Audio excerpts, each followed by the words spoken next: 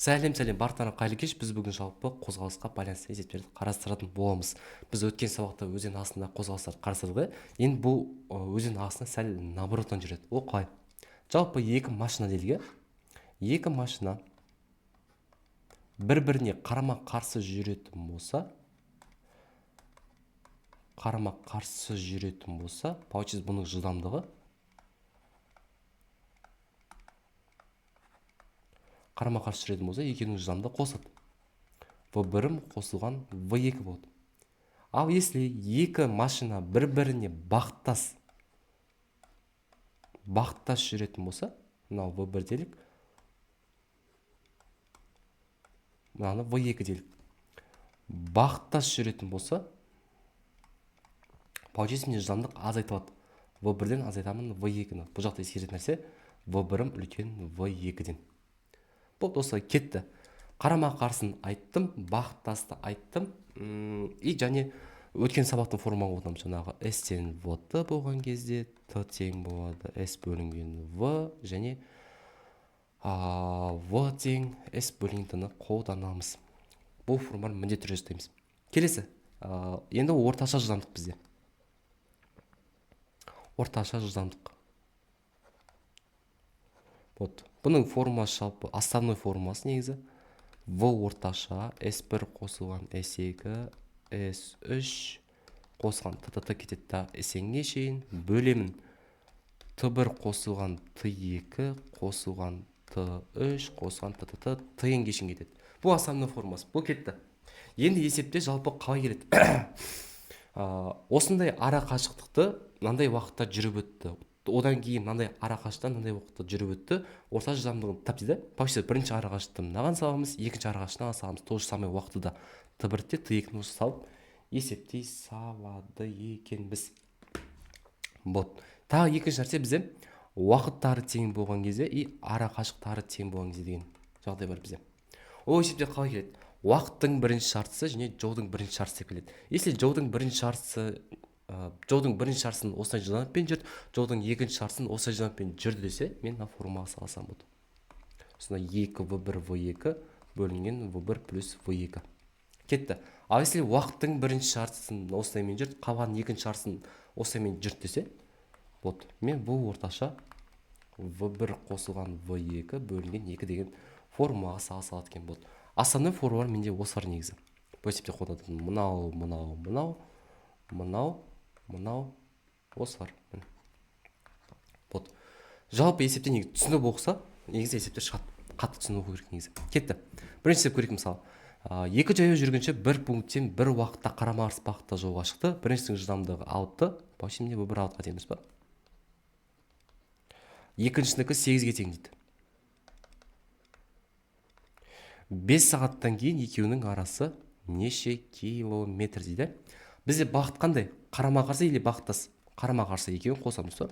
Башы 6-ға 8 қосам, менде 14. Кетті. Енді S-ті табу керек па? Километр деп тұр. S тең V-ті. Бұл жақта менде V-ді отқан 14-ке тең. Уақытты отқан 5-ке тең. 14-ке 5-ке өтсек 70 километр деген жауап шыға салады кемеде. Келесі екіншісі.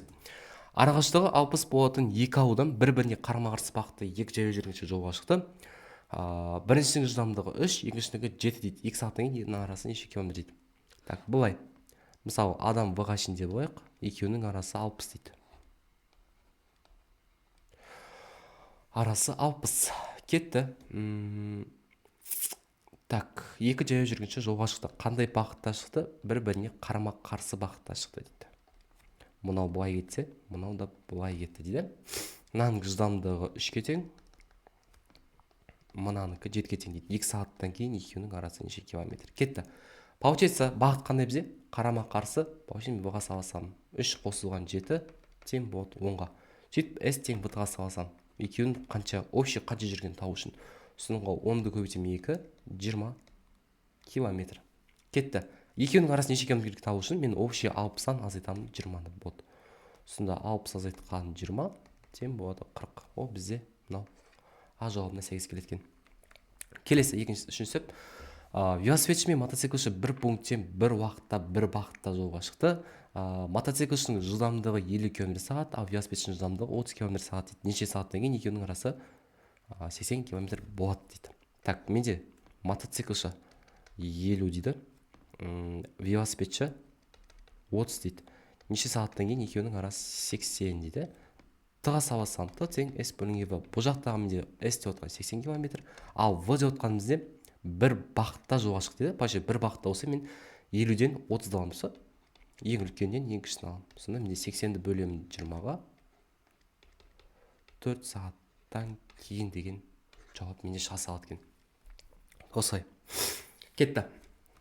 Төртіншісі, арақашықтығы 270 км болатын А пунктінен Б пунктіне қарай автобус жолға шықты дейді. Арасы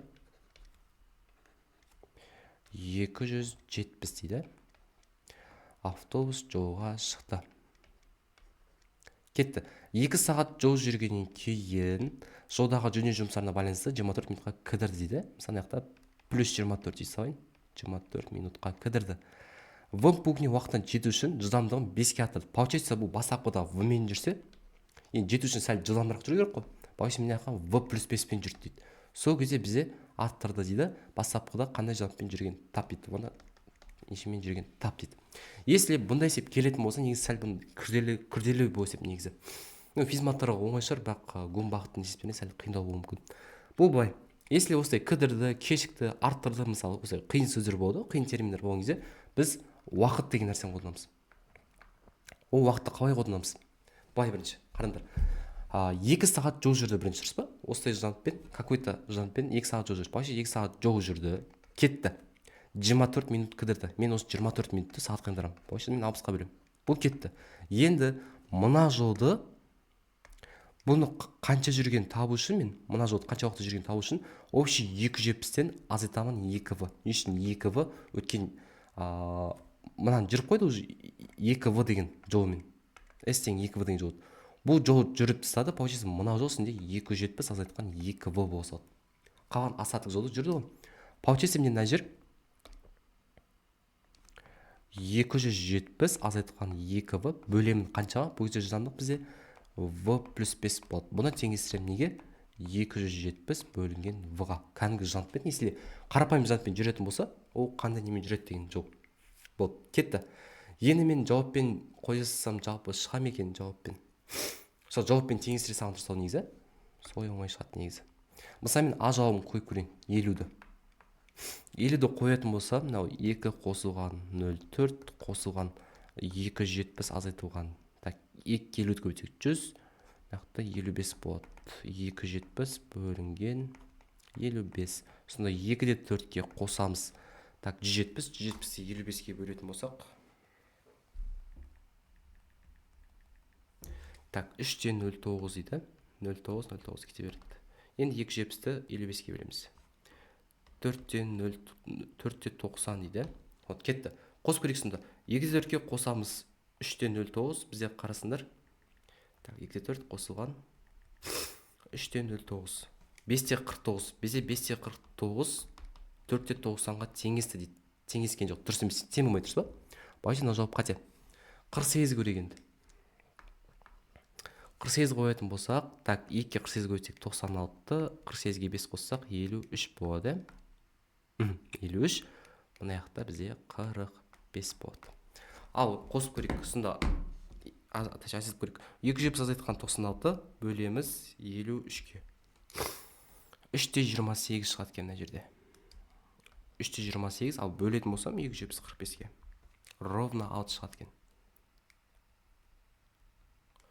Ровно 6 шығады екен. Сонда 2-де 4-ке қосамыз 3-те 28, бізде 5-те 68. 5-те 68 6-қа теңесті ма? Жоқ. Әрине жоқ, бізде получается бұл жауап қате болады. Енді 45 қойып көрейік. С жауабы. 45 қоятын болсақ, так, 270 азайтқан 45-ке көсек 90, 45-ке 5 қоссақ 50. Мына жер 45 болып қала береді, я? Так, негіз бағын дұрыс. Пәлім бұл жауап шықпайды екен ғой. 45 қойып көрейік. бөлек 180-ді 50-ге бөлетін болсақ, 180 қанша болды? Так, подожди. 270 азайтылған 90. 180, 180-ді 50-ге бөлсек, 3-те 6 дейді. Осы екеуін қосақ, бізде 6 шығады дейді. Дұрыс па? Дұрыс. Болды, біздің дұрыс жауабымыз осы. С жауабымыз шыға салады екен негізі. Кетті. 5-ші жолаушылар пойыздың жылдамдығы 40 дейді, ал жүрдек пойыздың жылдамдығы 60 дейді. Екі қаланың арасында жүрдек пойыз жолаушылар пойызына қарағанда 4 сағат 30 минутқа тезірек жүріп өтеді дейді. Екі қаланың арақашықтығын тап дейді. Ал жазайын. В жолаушылар менде 40-қа тең, В жүрдек пойыз не? Жүрдек пойыз 60-қа тең дейді. Енді айтады, екі қаланың арасын жүрдек пойыз жолаушылар пойызына қарағанда 4,5 сағатқа тезірек жүріп өтеді дейді. Тезірек болса мен азайтамын, кешірек болса қосам. Екі қаланың арасын тап дейді. Енді қараңдар. Ол получается жолаушылар пойызымен жүргенде арақашықтық бірдей, жүрдек пойызымен жүргендегі арақашықтық бірдей. Получается менде S жолаушылар пойызы тең S жүрдек пойызы бар. Сөйтіп формула салсам, В жолаушылар и Т жолаушылар тең болады В жүрдек пойыз и Т тоже жүрдек пойыз. Болды, не істеймін? Т жүрдек пойызға апарамда, мынаны апарып қоя салам. Сонда В жол менде қанша болып тұр? 40 болып тұр. Мынау Т жол дейік. Тең болады. В жүрдек пойыз 60, Т жүрдек пойыз бізде Т жол азайтқан 45 не? 4,5 дейік. Сонда жақшаны аш жеретін болсақ, намбай 40 Т дей салайын, Т жол дей салайын. Екеуі де бірдей екен ғой. Так, 60 Т жол азайтылған, так, 270. Азайт жеретін болсам, минус 20 Т жол тең болады минус 270. Минус 270-ті 20-ға бөлетін болсақ, 13-те 5. Баш жүрдек жолаушылар пойызы бізде 13,5 сағат жүреді екен. Общий арақасы қанша екенін табу үшін апарып орында қойсам. Мынаған қойсам да болады, мынаған да қойсам болады. Екеуі бірдей болады. Сонда 40 көбейткен 13,5 бізде 540 километр деген бізде мынау В жауап шыға салады екен бізде. Келесі. Автобус жоспар бойынша 200 километр жол жүріп өту керек еді. 60 километр жол жүргеннен кейін жолға 15 минутқа кідірді дейді. Қалған жолды бастапқы жылдамдықтан 10 км артық жылдамдықпен жүріп өтіп, барар жеріне 5 минутқа ерте келді дейді. Автобустың бастапқы жылдамдығы дейді. Тоже ұзақ сөз болатын болса, қараңдар, кідірді, кешікті, арттырды болса, мен бәрін уақытпен шығарам бұл жерге. Мен суретін сызып алайын бірінші. А-дан В-ға дейін бізде негізі по факту 200 километр. Бұл 60 жүргеннен кейін 60 километр жол жүргеннен кейін 15 минутқа кідірді дейді. 15 минутқа подожди тоқтап тұрды. Кетті. Қалған жолды мынаны В-мен жүретін болса, В деген жылдамдықпен, мынаны бастапқы жылдамдықтан 10-ға артық жүрді дейді. 10-мен артық жүрді, сөйтіп бұл 5 минутқа ерте келді дейді. Вот, автобустың бастапқы жылдамдығын тап дейді. Бағана мен айттым, если ұзақланды, кідірді, кешікті, арттырды деген сөздер болатын болса, мен уақыттың формасы, уақыт пайдаланамын. Енді қараңдар, мен 60 км жолда В деген жылдамдықпен жүрдім ба? Получается мен қанша уақытта жүрген табу үшін бұл 60 км 60-ты В-ға бөлем. Бұл кетті. Енді мынау 15 минутта мен сағатқа айналдырамын. 15 бөлген 60. Бұл кетті. Енді қараңдар, бұл 200-дің 60-ын жүріп сат, қалған қанша жол қалды бізде? 200-ден 60 алсақ бізде 140 қалды. 140-ты қандай мен жүрді бізде? В плюс 10 мен жүрді. И 5 минутқа ерте келді, тоже 5-ті 60-қа бөле саламыз. 5 минут 60-қа айналдырдық. Енді соны 200 бөлінген В деген жылдамдықпен жүрді. Қалыпты кәдімгідей тоқтамай жүретін болса есте. Енді осыны шығарып көрейік біз енді. Ал шығарайық. Тоже мынандай вариант қойып шығарайық. Мысалы, если В менде А жауабы бойынша 40-қа тең болатын болса, так, 40-ты орнына қойық. Сонда 60-ты 40-қа бөлеміз. Кетті. 15-ті 60-қа бөлеміз. Кетті. 140. 40 плюс 10 50. Кетті. 5 бөлінген 60. тең болады 200 бөлінген 40 дейді. Ал бөліп көрейін. 60 40-қа бөлсем менде 1,5 болады. 15-ті 60-қа бөлсек бөліне ма бізде жауап? 0,25 дейді. Бұл кетті. 140-ты 50-ге бөлетін болсақ 2-де 8, 2-де 8, 5-ті 60-қа бөлетін болсақ так 0, 0,8, 3 дейді. И 240-қа бөлсек бізде 5 шығады. Қосып көрейік енді. 1,5 қосылған 0,25 қосылған 2-де 8 қосылған 0,833 дейді. 4-те 6 болмас, қанша болды? Так, 5-ті 60-қа бөлсек. Кетті. 1,5 0,25 2-де 8. 4-те 63-ке тең болды. Бізде 463 5-ке тең бола ма? Тең болмайды. Мына жауап қате. Кетті 45 көрейік енді. Орнына 45 қойық. 45, 45-ке 10-ды қоссақ 55, мынаяқта бізде 45 болады. Ал, шығарып көрейік. Так, 60-ты 45-ке бөлсек 1-де 33 шығады екен. Кетті 15-ті 60-қа бөлсек бағана 0,25 шықты. 140-ты 55-ке бөлсем 2,54 дейді. 2,54 қосылған, так, мынаяқта бізде 0,083 шықты. Тең болады 245-ке бөлеміз. 4-те 44 дейді. Ал, шығарып көрейік. 1-де 33 қосылған 0,25 қосылған 2,54 қосамын, так, 0,083 дейді. 4-те 203 тең болады 4-те 44. Екеуі теңіз ма? Теңескен жоқ. Мынау жауап қате. Кетті. 50-ді қойып көрейік енді. 50-ді қойып көрейік. Сонда 60-ты 50-ге бөлеміз.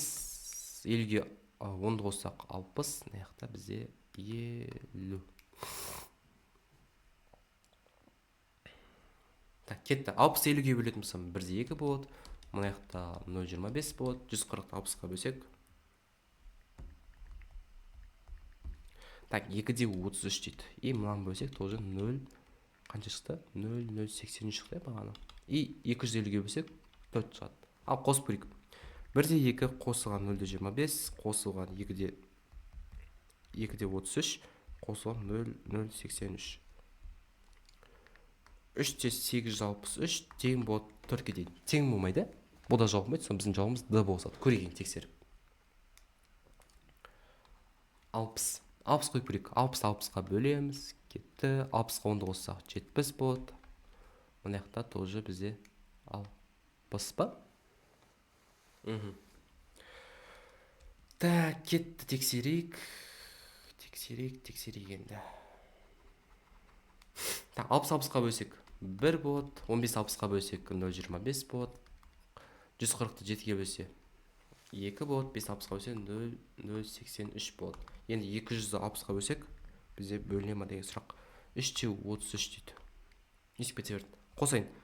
1 қосылған 0,25, 1-де 25 қосылған 2 қосылған 0,083 дейді. Бұл теңесті 3-те 33 тең болады 3-те 33. Бұл біздің жауабымыз осы. Д жауап шыға салады екен. Кетті. Енді келесі жетіншісі. Қасқыр өзіне 83 км қашықтықтағы түлкіні 16,73 метр секунд жылдамдықпен қуды дейді. Түлкі қасқырдан 10,2-ден 1 метр секунд жылдамдықпен қашты. Қасқыр түлкіні неше секундтан кейін қуып жетеді дейді. Бұны сызбасы қалай? Мынандай бір қасқыр болды делік. Құдай өзі кешірсін, қасқырды есеп салғанмын енді. Так, мынаяқта түлкі дейді тоже. Так, 83 км қашықтықтағы түлкіні 16,73-пен қуды дейді. Түлкі қасқырдан 10,2-ден 1 жылдамдықпен қашты. Қасқыр түлкіні неше секундтан кейін қуып жетеді дейді. Екеуі бағыт қандай? Қуып жететін болса бізде бір бағыттас. Бағыттас қозғалыс, екеуін азайтамын. Бағыттасы В 16,7-ден 3-тен азайтамын 10,2-ден 1. Кән біз аралас санды бұрыс бөлшекке айналдырамыз осы жерде.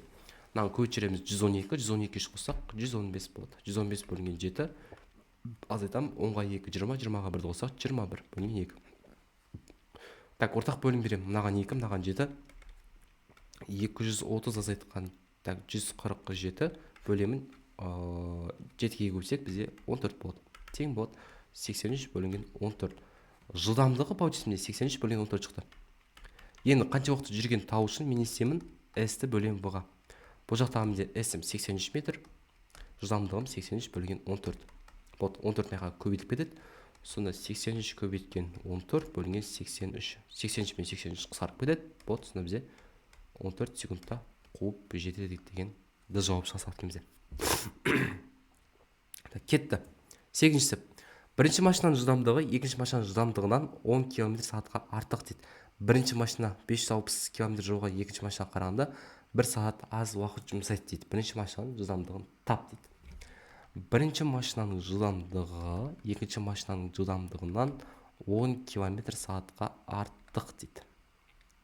S менде 560 км жолды екінші машинаға қарағанда 1 сағатқа аз уақыт жұмсайды дейді. Енді қараңдар. Бұл 560 км жолды екіншіге қарағанда 1 сағатқа аз уақыт жұмсайды деген қалай жазамыз біз бұны? 560 бөлінген V1 дейміз. Бұл жаңағы бірінші машинаның 560 км жолға кетірген уақыты. Кетті. Екіншіге қарағанда, екіншіге қарағанда бізде V2 ғой. Мынау бізде T2 болды.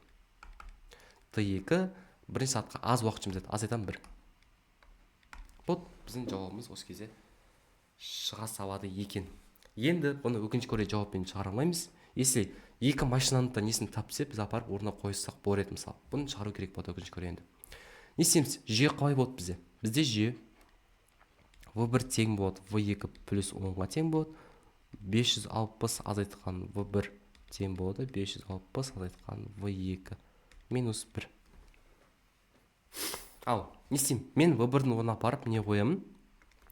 Мынаны апарып қойсам. Бит тұр. Болды. Сонда менде 560 V2 плюс 10 тең болады 560 азайтқан V2 азайтқан 1. Так, бетейін мен. Мынаны азайтайын. Сонда азайтқан кезде 560 V2 плюс 10 минус 560 V2 тең болады минус 1. Минус 1-ден құтылу үшін мына екеуінің орнын ауыстырам. Сонда жасавайын, сразу. 560 V2, наяқта 560 V2 плюс 10 минус қысқарып кетеді. Болды. Осын шығарам.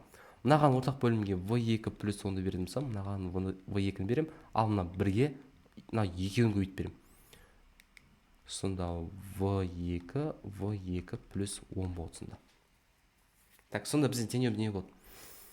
560 V2 плюс 10 азайтамыз 560 V2 тең болады 5 так V квадрат V2 плюс 10. Ал ашайым, нанбай. 560 V2 плюс 5600 азайтқан 560 V квадрат тең болады. Мынау V2 квадрат азайтқан 10 V2. Кеттім, мына екеуі қысқарып кетеді. Сонда 5600 тең болады V2 квадрат азайтқан 10 V2.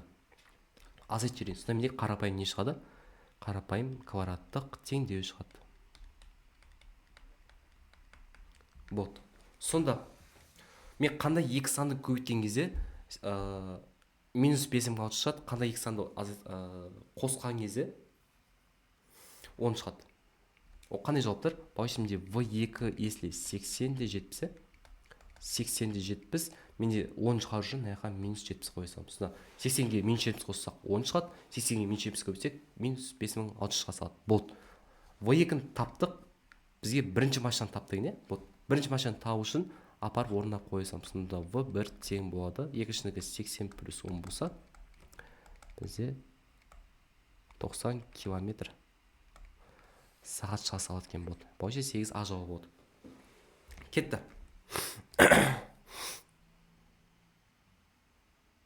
Так, бірінші машинаның жылдамдығы дейді. Мен дұрыс салдым, подожди. Так. Бірақ бізде 8-де жауабы С дейді.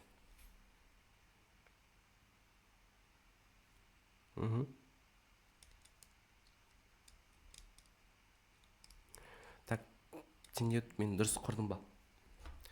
скорее всего мен негізі дұрыс құрдым.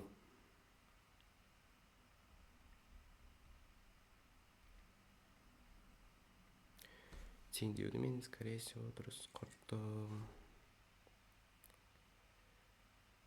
80 де 70.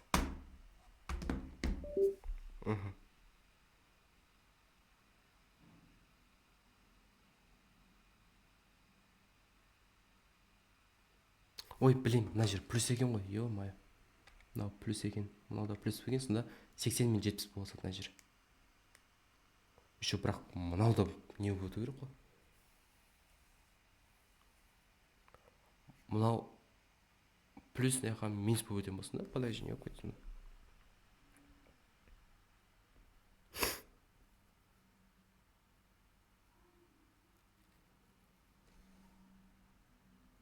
Так, в общем, қойған кезде жауап бізде В1 80, В2 70 шығады екен.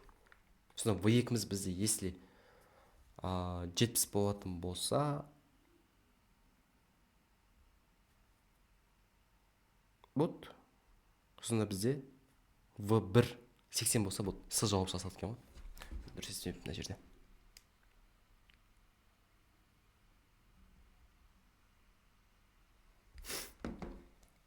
Так, кетті. Так, 9. Пойыз 54 км жол жүріп өту керек еді дейді негізі.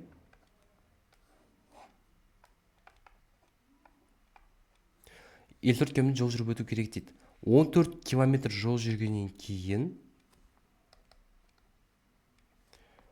14 км жол жүргеннен кейін жолда 10 минутқа кідір дейді.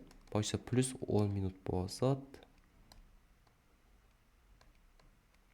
Кетті. Қайта жолды бастапқыдан 10 км артық жүргенде дейді. Мынаны В мен жүрді. Мынаны В плюс 10 мен жүрген кезде баратын жерден 2 минутқа кешікті дейді. Кешікті дейді. Сонда пойыздың бастапқы жылдамдығын тап дейді. Баған айтым кешікті, кідірді, аттырды десе, мен бәрін уақытпен шығарам. Сонда менде 14 км жылдамдығы В деген жылдамдықпен жүрді. Бойса 14 бөлінген В дейміз. Қосылған 10 минутқа кідірді. 10 бөлінген 60, 10 минутты сатқайын тұрам. Кетті. Енді қараңдар, 54 км жолдың 14-ін жүріп сат, қалған жол қанша болып тұр бізде мына жер? Бізде ол 40 болып тұр. Мына жаққа шейін. Сонда 40 бөлінген В плюс 10 минут жүрді. Енді қараңдар, мен бағана 5 минутқа ерте келі десе қосамын, кешікті десе аз айтамын. Вот, осыны еске сақтаңдар. Кешікті десе мен аз айтамын. 2 бөлінген 60 тең болды 54 бөлінген В дей салады екен біз. Болды. Осын шығараса мен жауаппен қоғап тұш.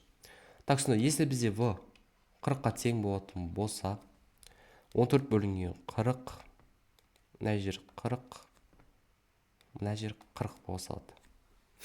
Сонда, деп десаңшы, мынау В дейсаң, қаштасы кетпеш үшін. Бұны астан жазаймын. Сонда 14 бөлінген 40, қосылған 10 бөлінген 60, қосылған 40 10-ға қоссақ 50, азайтам 2 бөлінген 60 тең болады 54 бөлінген 40.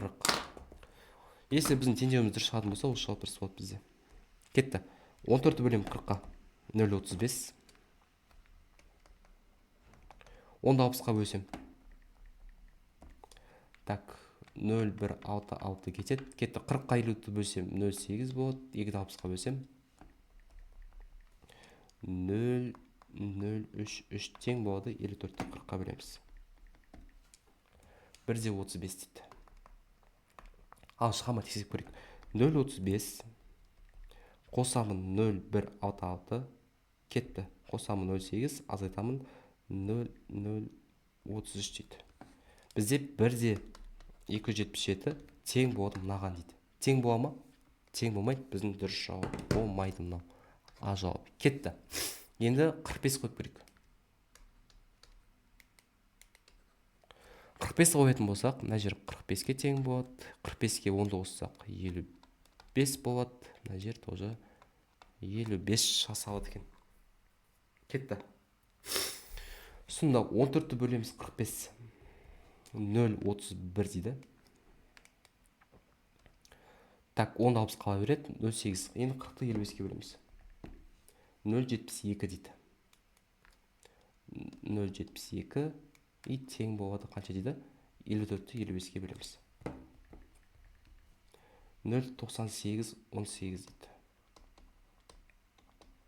Ал қосып көрейік. 0,31 қосамын 0,116 қосамын 0,72 азайтамын 0,033. Бізде 1,163 тең болады мынаған дейді. Тең бола ма? Тең болмайды. Мына жауапты қате болады. Келесі с-ны көрейік енді. С 50 болған кезде дейді. Так, 14-ті бөлеміз 50-ге, 14-ті бөлеміз, так, 40-ті бөлеміз. Так, қанша болады? 50 60 болады. Вот, мынау да 60 бола салады. Кет, енді шығарайық енді. Если в менде 50 болатын болса, 14 50-ге бөлсем. Так, 0,28. 10 60-қа бөлсек жаңа қанша шықты? 0,16 шықты. 40 60-қа бөлсек 0,60 67 кете береді. Кетті, 2 60-қа бөлсек бана қанша шығып еді? Так, 0,33 тең болады. 54-ті бөлеміз 60-қа. Так, 0,9 дейді. Ал шығарайық. 0,28 қосылған 0,16 қосамын 0,66 қосамын. Что-то подожди. Так, дұрыс қойдым мен. Что-то асып кеткенский болып отыр. Так, 14-ті бөлемін 50-ге кетті. 0,28 шықты, дұрыс па? 10-ды бөлемін 60-ға. 0,16 дұрыс. 40-ті 60-ға бөлем. 0,66 дұрыс. 2-ні бөлемін 60-ға. 0,33 дейді. Енді 0,28 қосылған 0,16 қосамын. Так, 0,44 шықты ма? Қосамын оған 0,66 азайтамын. Так, қосамын. Қанша азайтады екен? Подожди.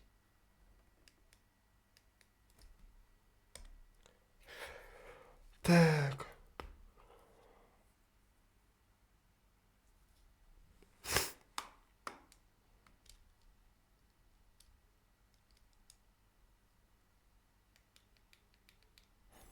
Елу төртті 60-қа бөлсе.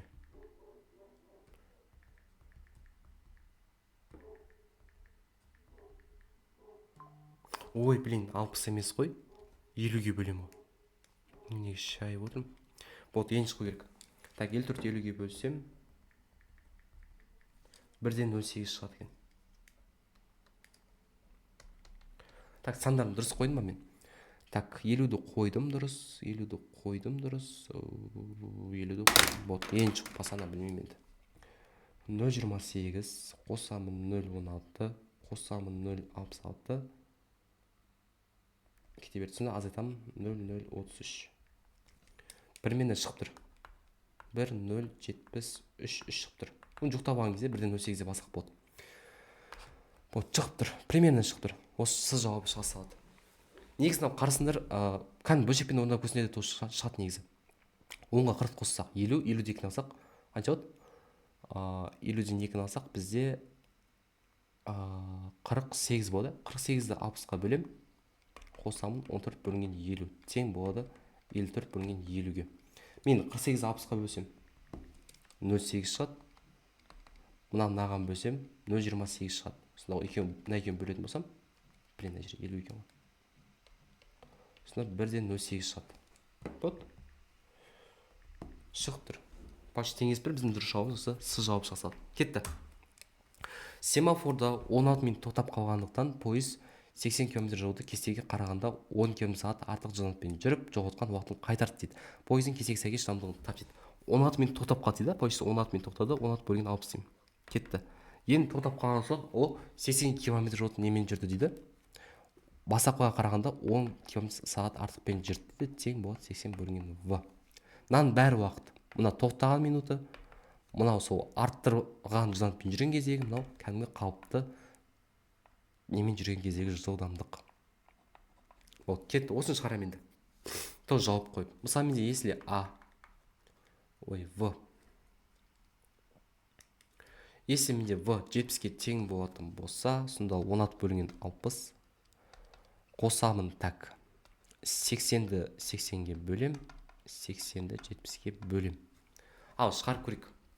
Сонда кән бөлшекпен шығарып көрейікші, андай болса қуып кететкенбіз біз. Так, найгеуін бөлетін болсақ бізде 1 шығады. Ортақ бөлім берейік. Сонда 16 плюс 70 60, 80 бөлінген 70.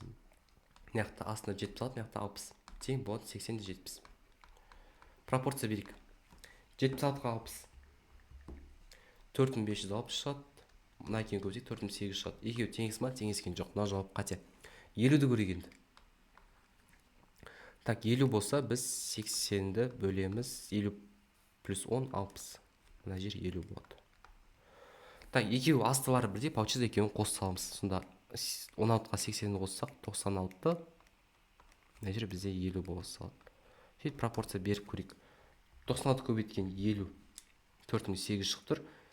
И 80-ге 60-ты көбейтсек 4800 шығып тұр. Получается біздің дұрыс жауабымыз осы мынау В жауабына сәйкес келе салады екен. Кетті. 11-ші сеп. Автокөлік 120 км жолды 60 км сағатпен, содан кейін 120 км жолды 80-мен жүрді, сосын соңғы 150 км жолды жаңағы 100-бен жүрді дейді. Автокөліктің барлық жолдағы орташа жылдамдығын тап дейді. Бұл баучис бағана орташа жылдамдықтың ең бірінші формуласы. Жаңағы S1 қосылған S2, S3 деп кете берді. Баушылық менде S-тер менде 120, 120, 150 бәрін қосам. 120, 120, 150 бөлінген. Так, енді Т барын қайт табам? 120-ны 60-ға бөлем. Дұрыс па? Т тең S бөлінген В. S менде 120, F менде 60. 120-ны 60-ға бөлсем 2 шығады. Кетті. Содан кейін 120-ны 80-ге бөлем. Екіншісі Т2 менде 1,5 болады. 150-ді 100-ге бөлем, тоже 1,5 болады. Сонда қосатын болсам 240, 300 қанша болады? 390 бола ма? 390 бөлемін 5-ке. Сонда менде 78. Барлық жолдағы орташа жылдамдық менде 78 шыға салады екен. Бұл кетті. Енді 12. Велосипедші 36 км жол жүріп өту керек еді дейді. 2 сағат жол жүргеннен кейін 36-та жүру керек еді дейді. 2 сағат жол жүргеннен кейін 20 минутқа кідірді дейді. Баратын жеріне кешікпеу үшін ол жолдың қалған бөлігін бастапқы жылдамдыққа қарағанда V плюс 6-мен жүрді. Мынаны V-мен жүрсе, мынаны V плюс 6-мен жүрді дейді. Сонда велосипедшінің бастапқы жылдамдығын тап дейді. Айттым, жаңағы кешікті, кідірді, арттырды десе, бәрін уақытпен шығарамын. Кетті. 2 сағат жүрді. 20 минут тоқтады. 20 бөлінген 60. Кетті. Енді қараңдар. 2 сағат жол жүргенде отқан, башын аяқты 2V деген жол жүрген ғой. Жаңағы S-тен V деген сияқты. 2V жол жүрген, башын аяқта бізе қандай жол болды? 36 азайтқан 2V болды. Қалған астатық жол, дұрыс па? 36 азайтқан 2V бөлемін қаншаға? V плюс 6-ға. Теңестірем 36 бөлінген V. Если қарапайым жатпен жүретін болса. Кетті, осыны шығарам енді. Тоз жауаппен қойып көрейін. Если менде А жауабы бойынша 15-ке тең болатын болса, сонда 2 плюс 3-тен 1, 36-ға 15-ке өтсек 30, 30-дан 36-дан сақ 6 болады. 6 бөлінген 21 тең болады 36 бөлінген 15. Ал шығарып көрейін. Так, мынаған 7-тен берем, мынаған 21-ден берем. Сонда 42 плюс 7 плюс 6 астында 21. Тең болады 36-та 15 дейді. Так, 49-ға 6, 54 па? 55 па? 55 болады. 55-те 21, тең болады 36-та 15. Екеуін көбейт көрейін пропорциямен. 55 көбейткен 15, 825, тең болады 36-ға 21, 750 болады. Екеуі теңес ма? Теңескен жоқ. Мына жауап қате. Кетті. 12-ні қойып көрегенді. 12-ні қойып көретін болсақ, получается бізде не өзгереді? Так, мына жер өзгереді, и мына жер өзгереді, мына жерлер.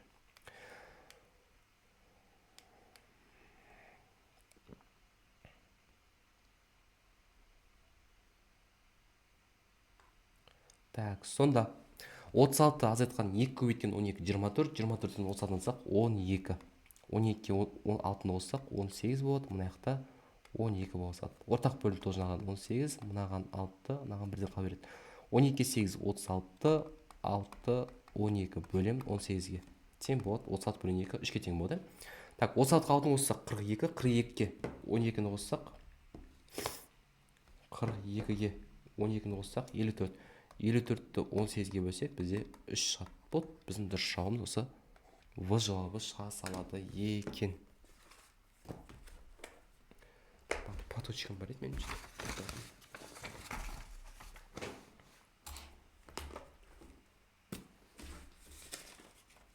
Кетті. 13. Велосипедші 1,5 километр жолды 4 минутта жүріп өткеннен кейін тағы 900 метр жүрді дейді. Егер велосипедшінің барлық жолдағы орташа жылдамдығы 6 метр секунд болатын болса, онда 900 метр жолды қандай жылдамдықпен жүріп өтеді дейді. Мынау таза енді қатайтын есеп. Не үшін десеңдер, қараңдар, мысалы мына жақта километр, минут, метр дейді, мына жақта метр секунд дейді. Если бәрі километр сағат и сағат болса, есеп оңай шығады. Ал бірақ мынандай есеп келетін болса, өте қиын болады. Енді қараңдар, орташа жылдамдық бізде қандай болып тұр? Бағанағы ең бірінші формула, жаңағы S1 қосылған S2 қосылған Sn бөлемін Т1 қосылған Т2 қосамын Tn-ге шейін. Енді қараңдар, В орташа менде қанша болып тұр? 6 метр секунд деп тұрсыз ба? Кетті, 6-ға теңестірдім. S1 1,5 километр. Мен 1,5 километр қайдан алармын? Не үшін? Өйткені мына жақта жылдамдық бәрі метр секунд деп тұр. 1,5 километрде бізде қанша метр бар? 1000 метр бар. Кетті, қосамын, оған 900 метр. Ол дайын тұр, 900 метр. Кетті. Соны 1,5 километрді 4 минутта дейді. Бізде 4 минутта қанша секунд бар? Бізде 240 секунд бар.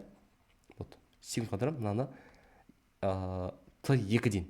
Осы Т2 менде белгісіз болып тұр. Осыны қарайын енді. Не істейміз? Пропорция көбейтемін. 6, 240. Так. Т2 тең болады. Так, мынаны қосамсақ 2400. 6-ға бөл жүрейін. 240 қосқан Т2 тең болады 400 ба? Т2 менде 160. Получается менде, қараңдар, ол 900 метр жолды қанша секундта жүріп өтті? 160 секундта жүріп өтті. Енді именно сол 900 метрді қанша немен жүріп өткен табу үшін мен 900-ді бөлемін Т-ға. Получается S бөлінген Т. Вот бөлетін болса, мен сонда қанша шығады? 5-те 625 дейді. Ол бізде мынау С жауабына шыға салады. Қазір мен 1 минутқа шығып кетейін.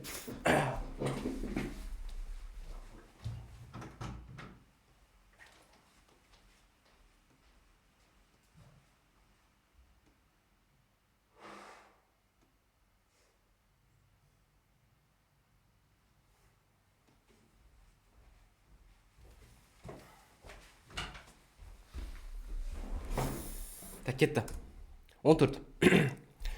Мысық 5 метр жолды 10 секундта жүріп өткеннен кейін тағы 20 секунд жол жүрді дейді. Егер мысықтың барлық жолдағы орташа жылдамдығы 0,4 метр секунд болса, онда 20 секундта қанша метр жол жүрген тап дейді. Мынау есеп оңай. Өткен қарсылар бәрі метр секунд, метр секунд, бәрі метр мен секундпен берілген. Болды. Жаңағы формула салсам, В орташа тең болады жаңағы S1 қосылған S2 қосылған S3 Sn-ге шейін. Кетті, Т1 қосқан Т2 қосам Tn-ге шейін. Сонда менде S1 бұл жақта 5 метр бірінші бойынша. Орташа жылдамдық 0,4 тең болады 5 плюс. Так, S2 менде белгісіз екен, 20 секундта қанша жүрген деп тап дейді. S2 менде белгісіз. Бірінші Т1 менде 10 секунд, екінші Т1 менде 20 секунд болды. Ол жақтағы S2-ні табылса менде шыға салады. Ал шығарайын. 0,4 5 плюс S2 астында бізде 10-ға 20 қосақ 30. Көйт жүрім.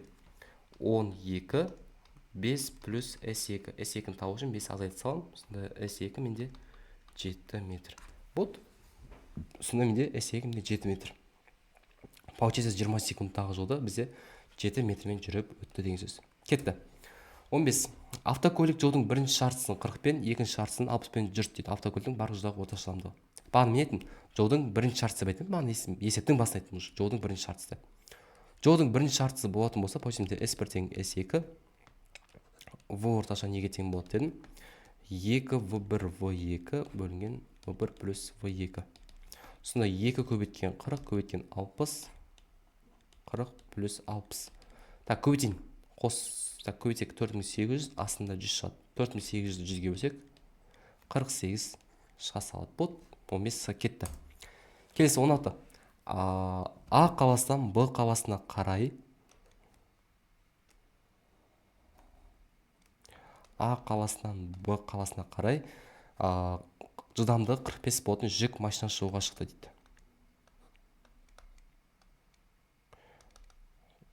45 болатын жолға шықты дейді. Автокөлік 15-не жүргеннен кейін 15 километр жол жүргеннен кейін бізде не шықты дейді? А қаласынан 60 км/сағат болатын, так, 60 км. Осы жүргеннен кейін бізде не шықты дейді? Бұл мынақта жүрген кезде жаңағы жүк көлігі мынақтан бір машина шықты дейді тоже. Былай қарай. Бірақ оның жылдамдығы бізде 60 болатын жеңіл машина жолға шығып, В қаласына жүк машинадан 10 минутқа ерте келді дейді. 10 минутқа ерте келді дейді. А және В қалаларының ара қашықтығын тап дейді. Так, біз бұны қалай шығарамыз енді? Мен бұны қалай шығарамыз жалпы? Бұны былай шығарса болады. Екеуінің жүрген уақыттардың айырмасы, получается, Т жүк азайтылған Т жеңіл азайтылған 10 минут. Вот кетті ғой. Получается, жүк машинасы, мысалы 40 минут жүретін болса, жеңіл машинасы оған қарағанда 10 минутқа ерте. Получается 30 минут дейді. Сонда 40-тан 30-ақ бізде 10 минут шығып тұр. Вот осы шығарсақ болады. Бізде Т жүк деп отқан жаңағы жүк машинасының жүрген жол, жүрген уақыты точнее. Сонда S общий арақашықтық болғанымызда S бөлінген 45. Бізде айтамай қаламшы. Жүк машинасының жылдамдығы 45. Вот кетті. Енді мен азайтамын 3-тен 1. Не үшін 3-тен 1? Өткен бұл 15 километрін жүріп тастады уақыты. Сонда мен Т тең S бөлінген В болса, 15 километрді бөлемін қаншаға? 45-ге. 3-тен 1-ін жүріп тастады. Артығы емес па? Қосамын, енді жеңіл машинаның уақытын қосам. Онда S бөлінген не болады?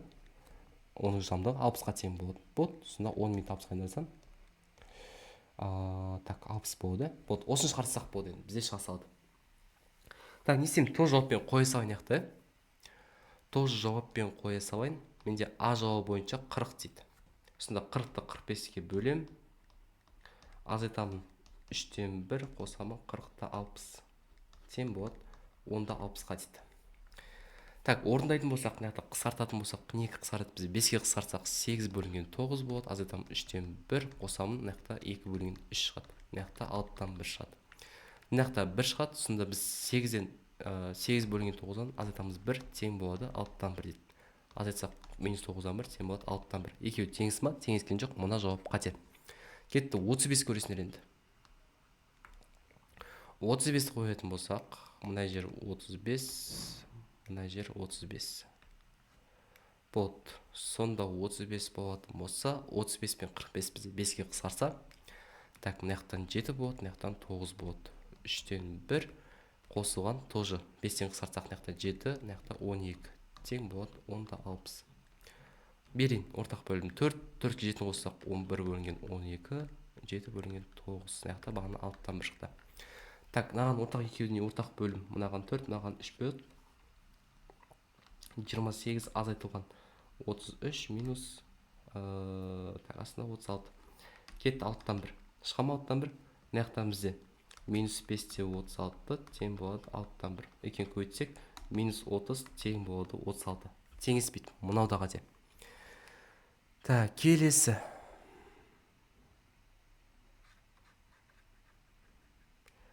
Келесі бізде 35 емес 32-ні көрегенді. S-тің орнына 32-ні қоямыз. Тоже жақта 32-ні қоямыз. 32 мен 45 бізде неге қысқарады? Қысқармайды, шатыспасам. 2-ге 3-ге вообще қысқармайды екен. Вот қалай сонда өсіп тұрып. Так, 3-тен 1, мынаған 20-дан берем. Мынаны қысқартсақ болады, неге іші? Бере сақшы мейлі. 20 плюс 32 астында 60 тең болады 6-тан 1. Так, сонда 32 бөлінген 45-тен азайтамын 52 бөлінген 60 тең болады 6-тан 1. Бізде 45 пен 60 екеуіне де ортақ еселік, бізде 180 болады. Мынаған 4-тен берем, мынаған 3-тен берем. 32-ке 4 128 азайтамын 156. Астында бізде 180 тең болады 6-тан 1. Азайтсам минус 28 бөлінген 180 тең болады 6-тан 1. Көбейтейін. Так, 28-ге 6-ны көбейтсем 168 үшін минус алдында минус 80-ге тең болады дейді. Тең бола ма? Тең болмайды екеуі. Вот біздің дұрыс жауабымыз д жауап шыға салады екен. Бұны да тексеріп көре салайынды.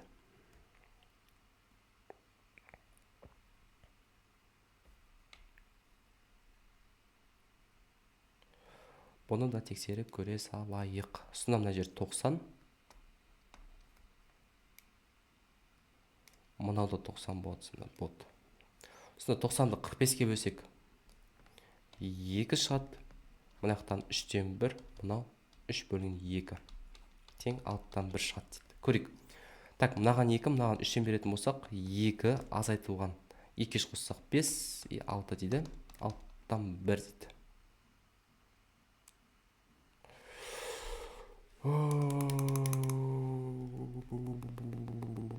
3-ке 3 9 қой, подожди. Онда онақта 11 шығады.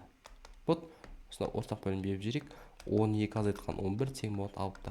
1 бөлін 6. Мұна екеуі теңесті, вот біздің дұрыс жауабымызды д жауабына келіп тұр екен. Кетті 17.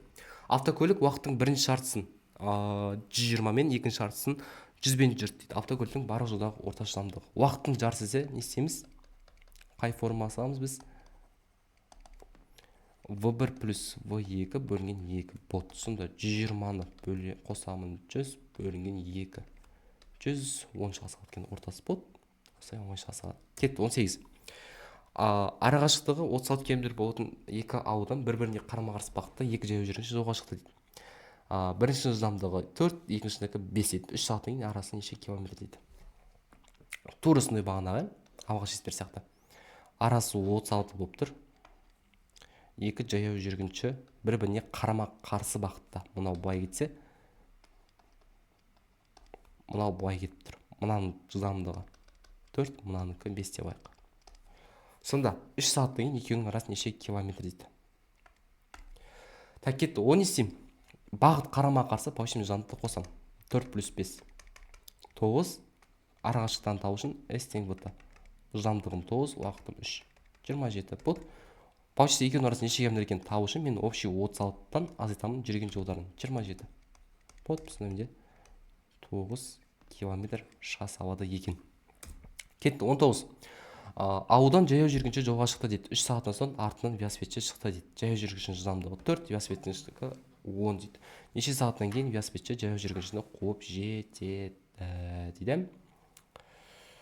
Так.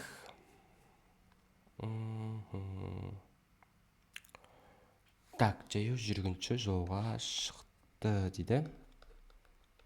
Бай қарай шықты. 3 сағаттан кейін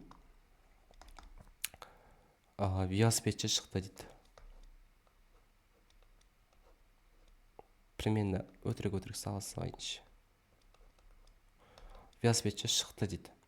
Жаяу жүргіншінің жылдамдығы 4-ке тең, мынаныкі 10-ға тең дейді. Сонда неше сағаттан кейін велосипедші жаяу жүргіншіні қуып жетеді дейді.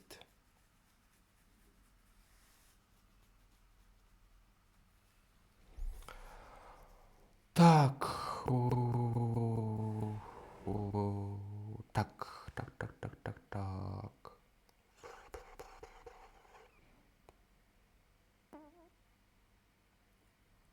Бұны қалай шығарсақ болады?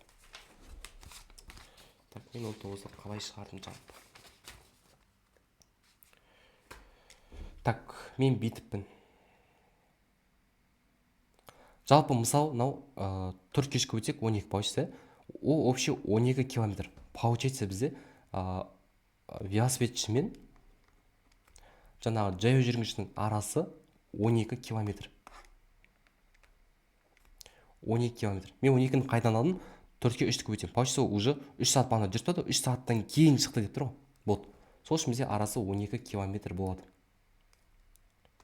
12 километр болды. Велосипедпен жаяу жүргіншінің бағыттары бағыттас. Вот формуласы алсам Т тең S бөлінген В. Бұл жақтағы бізде S деп отырған бағаның арасы 12, ал В деп отырған бағыттас болса мен не істеймін? Екеуін азайтамын. 10 минус 4. Сонда 12-ні бөлемін 6-ға тең болады 2 сағат. 2 сағаттан соң қуып жетеді екен. Кетті. 20. Арасы 30 километр болатын екі пункттен бір уақытта бір-біріне қарама-қарсы бағытта екі велосипедші жолға шықты дейді. Бірінші велосипедшінің жылдамдығы 10, екіншісінің 8 дейді. Қанша уақыттан кейін екеуі kesіседі дейді. Болды. Т тең не болады? S бөлінген В. Бұл жақтағы менде S 36. Енді қараңдар, бағыт қандай болып тұр бізде? Қарама-қарсы. Қарама-қарсы екеуін не істеймін? Екеуін қосам. Вот 10 плюс 8. 36-ны 18-ге бөлем. Тоже 2 сағаттан кейін кездеседі екен. Кетті. 21. Так, 21. Сағатына 90 км сағат жүретін жүрдек поезд С станциясынан Д станциясына дейін қарай шықты дейді. Ал 1 сағат өткеннен кейін оған қарама-қарсы Д станциясынан сағатына 50 км сағат жол жүретін жүк пойызы шықты дейді. Егер С-да темір жол ұзындығы 650 болса, онда екі поезд Д станциясынан қандай қашықта екенін тап дейді. Бұны есептерді түсіну үшін тоже не істейміз? Суретін сызбаға негізі түсініктірек болады. Так, поезд шықты, С-дан Д-ға қарай дейді. С-дан Д-ға қарай шықты. Бұның жылдамдығы 90-ға тең. Кетті. 1 сағат өткеннен кейін мысалы 1 сағат өткеннен кейін болса, оған қарама-қарсы не шығады дейді? Тоже поезд шығады дейді. Оның жылдамдығы бізде 50 дейді. Кетті. Егер бізде С-ды темір жолының ұзындығы общий 650 болса, онда екі поезд Д станциясынан қандай арақашықта кездеседі дейді екеуі. Мынау былай дейді. Енді қараңдар, қандай арақашықта кездесетінін табу үшін мен бүйтем. Бұл бастапқыда мынау екінші поезд шықпай тұрып, мынау 1 сағат жүрді ғой. Ол 1 сағатта қанша жүрген табу үшін мен 90-ды 1-ге көбейтем. Сонда общий бізде 91-ге өтек 90 километрін жүріп тастады. Дұрыс қой. Поезд 90 км жүріп тастаса, қанша болады? 650-ден 90-да алатын болсақ, бізде 560 бола ма? Қанша болады? 560. Почти екі поезда бір-біріне қалай тұр уже? Қарама-қарсы тұр. Мынау да былай. Мынау да былай тұр. Мынаның жылдамдығы мысалы 90, мынаның жылдамдығы 50. Болды. Екеуі бір-біріне қарама-қарсы болатын болса, қанша уақытта жүрген табу үшін мен не істеймін? Т тең S бөлінген В деймін. Бұл жақта менде S-ім 560. Бағыттары қандай? Қарама-қарсы. Екеуін қосам. Сонда 560-ты бөлемін 140-қа тең болады 4 сағат. Енді қараңдар, 4 сағат шықты.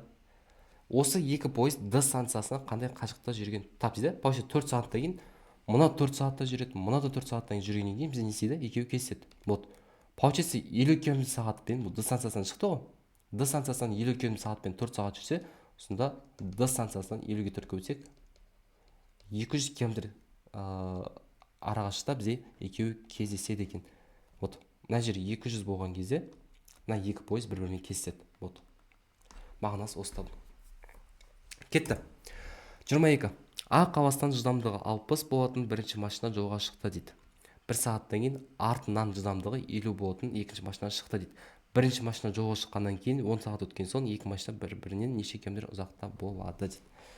Ал сызайыншы болып қайттан түсіну үшін А қаласынан Б-ға дейін кетті. Мынау 60-пен жүрді машина. Кетті. 1 сағаттан кейін дейді тоже. 1 сағаттан кейіннен бізде артынан тоже машина шықты дейді. Кетті. Бірінші машина жолға шыққаннан кейін 10 сағат өткен соң екі машина бір-біріне неше километр дейді. Так, қараңдар. 1 сағат жүріп өткеннен кейін болса, мен бұны бүйтіп алсам, қалай болады жалпы? Так. Машинам мына жақта болады бірінші бастапқыда, дұрыс па? Мына машина бастапқыда былай болады.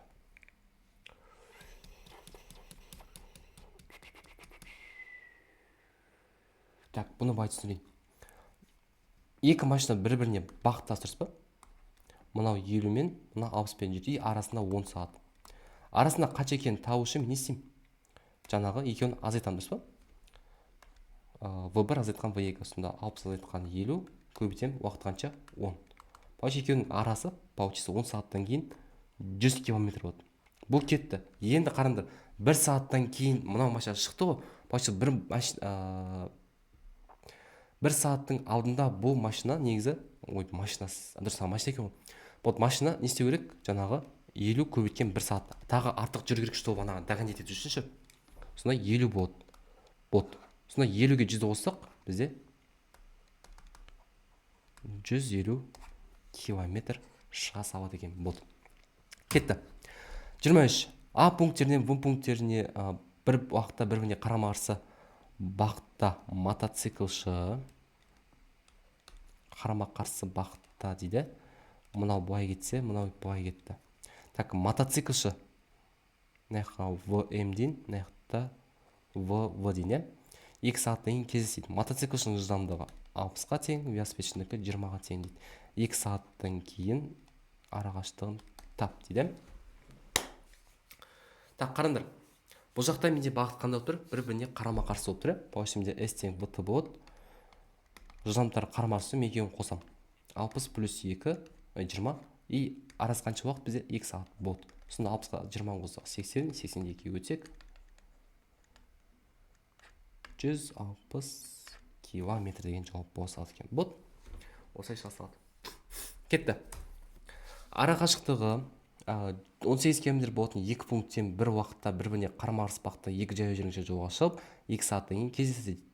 Егер бірінші жаяу жүргінші кездескенге дейін 10 км жол жүрген болса, онда екінші жаяу жүргіншінің жылдамдығын тап дейді. Так, мен 24-ті қалай шығардым? Так. Бұл сурет жалпы мынандай бізде.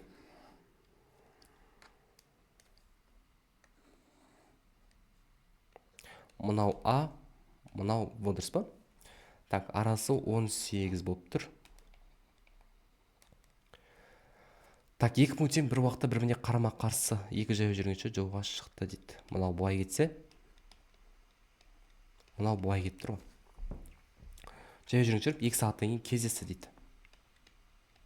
Енді бірінші жаяу жүргінші кездескенге дейін 10 км жүрген болса, кездескенге дейін мына жер 10 км жүрген болса, онда жаяу жүргіншінің, екінші жаяу жүргіншінің жылдамдығын тап дейді. Так, бұны қалай шығарсам болады? Мен бүйтем. Мен бірінші жаяу жүргіншінің жылдамдығын табу үшін 10-ды 2-ге бөлеміз. 2 сағатқа дейін жүргенге дейін 10 км жүрген болса дейді. Получается менде V1 тең болады 10 бөлген 2. Ол 5-ге тең болады, біріншінікі. Кетті. Енді менде жылдамдықтың формуласын салайын. V тең S бөлген 2. Менде общий арақашықтық 18. Қанша уақытта кейін кездесті? 2 сағаттан кейін кездесті. 2-ге бөлем 9. Получается екеуі бір-біріне қарама-қарсы болған кезде қосылады екі жылдамдығы. Мысалы, екі жаяу жүргінші жылдамдықтар қосылады 9. Біріншінікі бізде белгілі 5 болады, екіншісін таба саламыз. Осында V2-міз бізде 4-ке тең бола салады екен. Кетті. 25. Поезд жолда 16 минутқа кідірді дейді. Кешегі жолын жою үшін 80 км жолды жоспардағы жылдамдықтан 10 км артық жылдамдықпен жүріп өтуге тура келді дейді. Поездың жоспар бойынша жылдамдығын тап дейді. 16 минутқа кідірді. Получается мен 16 минутты сағатқа айналдырамын. Кетті. Бастапқыға қарағанда 80 бөлінген V плюс 10 мен жүрді тең болады 80 бөлінген V. Вот. Осы шалсақ шасалады. 16 минутқа кідірді. Жаңағы мынау 80 км жүрді. Бастапқыға қарағанда 10 километр бөлінген сағатпен артық жүрді, дұрыс па? Кетті. Мынау кәдімгі қарапайым, ешқандай кешігусіз жүретін болса жылдамдығы. Вот осыны шығарайық енді. Тоже жауап қойып шығарсақ, если бізде А жауап бойынша 40-қа тең болатын болса, 16 бөлінген 60, 40-қа 10-ды қоссақ 50, 80 бөлінген 40. Так, қысқартайық. Аяқта 16-ны 60-ға қанша қысқарады? 4-ке қысқара ма? 4-ке қысқарса 4 бөлінген 15 болады. Мына жақта 8 бөлінген 5 болады. Мына жақта 2 болады. Так, шығарайық. Мынаған 3-тен беретін болсам, 4 қосылған 24 бөлінген 15, тең болады 2. 28 15-ке бөлсем, менде 2 деген шыға ма? 2 шықпайды. Вот мына жауап қате. Келесі 50-ді көрейік. 50-ді көретін болсақ, 50-ді 10-ға қоссақ 60, мына жақта 50 шыға сағат. Так, 16 60-ны қысқартқанда 4 бөлінген 15 болады. Мына жақта 8 бөлінген 6 қанша болады?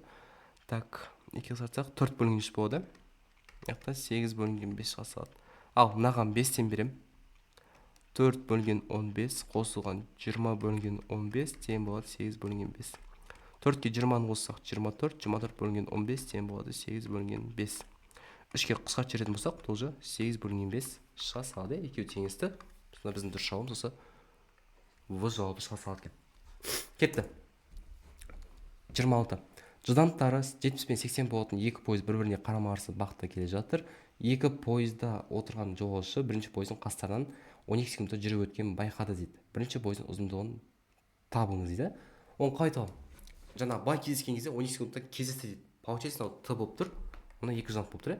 Қандай? Екеуі қозғалыс, екеуі қарама-қарсы. Жылдамдықтарын табуым. Қарамақсы болса екеуін қосам. 80-ге 70-ті қосам. 150 километр сағат. Енді қараңдар. Мынау километр сағат болғанмен мынау секунд болып тұр ғой. Бұл не істеймін? S деймін да, V-ға саламыз ба? Арғаш табу үшін. 150 километр сағат кетті.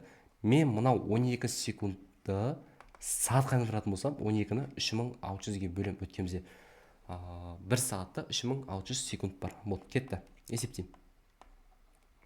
Есептейтін болсам, 1800 бөлінген 3600. Сонда бөлетін болсам, 0,5 не шығады? Сағат пен сағат қысарады да, километр қалады. Сонда 0,5 километр соң бізде 500 метр. Болды. Сонда біздің жауабымыз бұл жауап шыға салады. Кетті. 27. Автокөлік алғашқы 2 сағатты 50 мен жүрді, содан кейінгі 1 сағатты 100 мен жүрді, ал соңғы 2 сағатты 75 жүрді. Орташа жылдамдығын тап дейді. Бағана бірінші формаға сала саламыз. Жаңағы S1 қосылған S2 дегенге.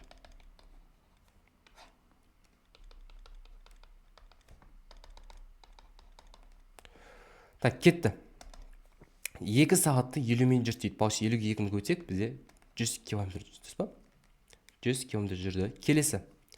1 сағатты 100 мен жүрді. 100-ге 1-ді көтсек, тоже 100 болады. Келесі екінші 2 сағатты 70 жүрді. Сонда 150 болады. Болды. Енді уақыттар мынау 2 сағат болып тұр. Мынау 1 сағат, мынау 2 сағат болды. Осын шарсақ шығады. 200, 350, 350-ді 5-ге бөлсек 70. Орташа жылдамдығы 70 километр сағатына деген жауап болса екен. Кетті. Ауыл мен қаланың арақашықтығы 28-де. Ауыл мен қаланың арақашықтығы ауыл мен қала дейін.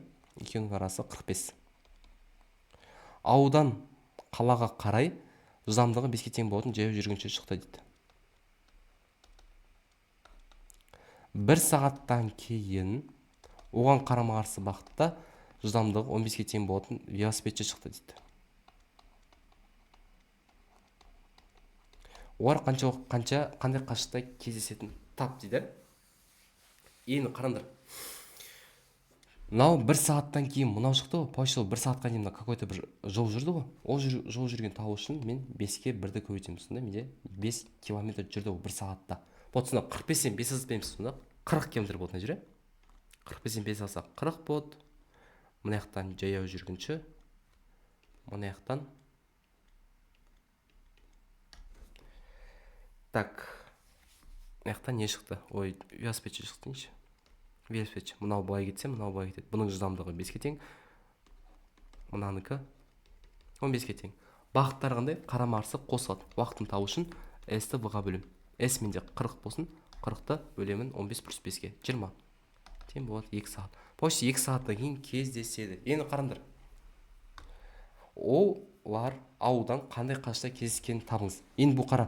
Бұл жаяу жүргінші бастапқыда 5 км жолын жүріп тұрды. Содан кейін тағы 2 сағаттан кейін дейді. Получается 5 метр секунд, 5 км сағат пен 2 сағат жүрді ғой, сол кезде кездесті ғой бізде мына жақта мысал ретінде. Сонда бұл 5 пен жүрген кезде 2 сағат артық жүрді. Сонда бізде s тең 5 көбейткен 2 болды. 5 километр маған алғашқыда жүріп тастады, тағы 2 сағат жүрді. Қандай жылдамдықпен? Мынандай жылдамдықпен болды. Сонда 5-ке 2 көбейтсек 10 км сағат. 10-ға 5 көбейтсек, сонда бізде общий s 15. Сонда 15 км қашықта анау екі жаяу жүргінші, екі адам бір-бірімен кездескен ғой, получается ауылдан. Мінекей 15 км болған кезде екеуі кездескен бұл кезде. Вот осылай. Кетті. 29. Шаңғышы 30 км жол жүріп өту керек еді дейді. 30 километр жол жүріп өту керек еді дейді. Жоспардаған 3 минут кеш шыққаны үшін жылдамдығын бірге арттырды дейді. Межелеген жерге уақытында жетті дейді. Шаңғышының жүріп өткен жылдамдығын тап дейді. 30 болса қандай, 3 минутқа кеш шыққанша бойынша мен бәрі уақытпен шығарамын. 3 минутта 60 сағатқа айналдырамын. Кетті. Енді ол кеш шыққан үшін артады жылдамдығын. 30 км қандай жылдамдықпен жүреді? v плюс 1-мен жүреді. Өткен 1 км сағатқа артық деп тұр. Ал если асықпай жүретін болса, уақытында шығатын болса, 30 бөлінген v-мен 7 болады еді, есіле болды. Осыны шығарайын да жауаппен тоже қолай салайын. Так, v если бізде 30 болатын болса, 30 болатын болса,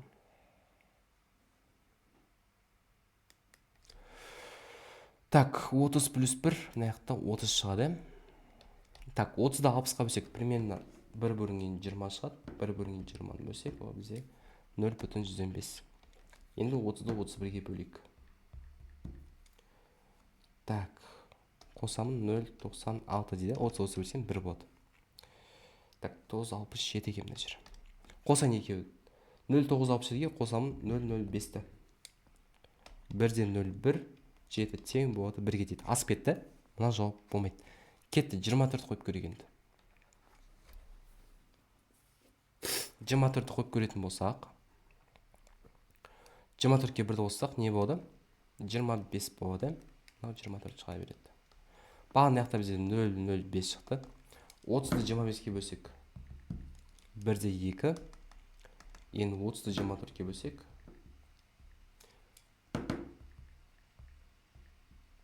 1-де 25 шықты. Оны екеуін қосақ бізде 1-де 25 шықты. Екеуі теңесті. Енді қараңдар, бұл жақта есеп шатастыратын нәрсе, жауап негізі бастапқы жылдамдығы 24 қой.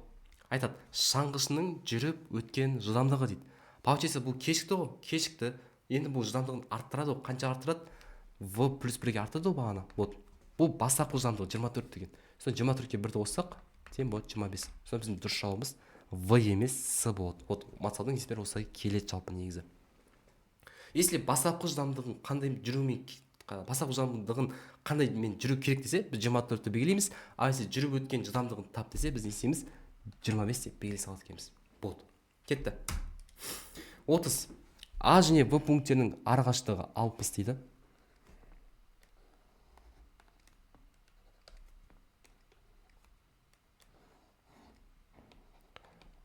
Километр дейді.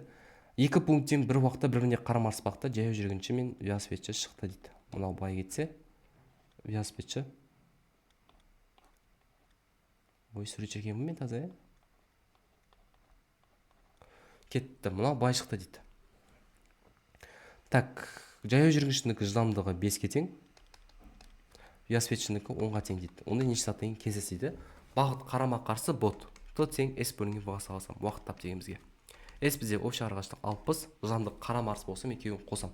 Сонда 10 плюс 5, 60-ды бөлемін 15-ке тең болады, менде 4 сағат болады. Осылай с жауабы менде шыға салады. Кетті. 31. Так, екі пароход кездескеннен кейін біреуі оңтүстікке, екіншісі батысқа жүзіп кетті дейді. 2 сағаттан кейін орын арақашықтығы 60 болды дейді. Пароходтың біреуінің жылдамдығы екіншіге қарағанда 6-ға артық екенін біле отырып, осы жылдамдықтарды табыңыз дейді. Жалпы если географияны білмейтін болсаңдар, сәл қиындау болады мына кезде. Бұл жалпы мынандай. Мысалы мен центрде болдым, Қазақстанның орталық Қазақстанда. Мен батысқа жүрсін, сәл былай жүремін. Екіншісі оңтүстікке қарай жүрсін, мен былай жүремін. Мысалы центральный Қазақстан болатын болса, бүйтіп қалған. Мен батысқа жүрсін, былай ғой, дұрыс па? Батыс Қазақстанға жүрсін. Негізі батыс Қазақстан былай ғой негізі. Батыс Қазақстан былай, оңтүстік батыс екеуі 90 градус болады бұл кезде. Вот осылай жүрген кезде 2 сағаттан кейін екеуінің арақашықтығы 60 дейді. Получается, бұлар до этого арақашықтығын табу үшін мен 60 километрді 2 бөлем 30 километр болады. Сонда менде мына жері 30 болады. Мынаның жылдамдығы V1 болады, мынаның жылдамдығы V1 плюс 6 болады. Неге? Өйткені пароходтың біреуінің жылдамдығы екіншіге қарағанда деп тұр. Екіншіге қарағанда 6-ға артық дейді. Вот осыны шарсақ бізде шығады. Бұл бізде неге келіп тұр? Кәдімгі Пифагор теоремасы келіп тұр. Сонда V1 квадрат қосылған V плюс 1 6 квадрат тең болады 30-дің квадраты. Ал шығарып көрейік. V1 квадрат қосқан қысқаша көбейту формасы V1 квадрат қосқан 12 V1 қосқан 36 тең болады 900. Қосайын 2 V1 квадрат қосылған 12 V1 тең болады. Азайтып жіберсем 900 қарай 854 бола ма? Кетті. 2-ге бөліп жүрейін. Сонда V1 квадрат қосқан 6 V1 тең болады 427 тең болады 0. Ал V1 тауып көрейін. Дискриминантпен. Дискриминант 6 квадрат 36, 4 көбейткен минус 427. Так, 4 көбейткен 427 қосамын 36. Бұл бізде 1744. 1744 шатыспасам, бұл бізде нені квадрат? 48 квадрат, жоқ, 38 квадрат болмайды. Так, 427 көбейткен 4 қосамын 36. 1744. Бізде 1744 ненің түбірі астысы.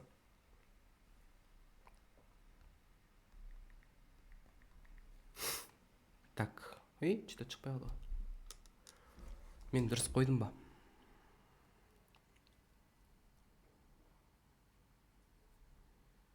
Мен дұрыс қойдым ба деген сұрақ менде.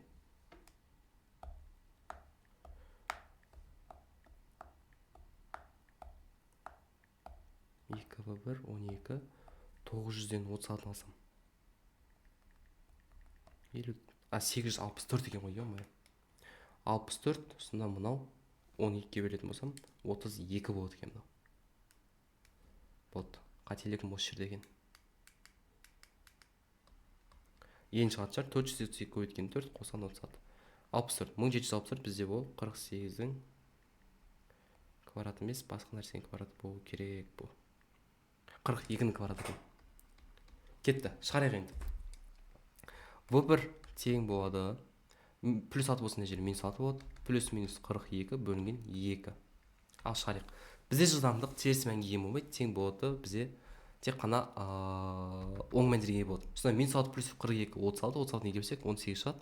Если минус мен шығатын болса 48, минус 24 шығады. 18 шықты. 18-ден қай жауапта тұр мысалы? Бұл да жауабында шығып тұр. Ал екінші жылдамдық бізде V1 плюс 6 что?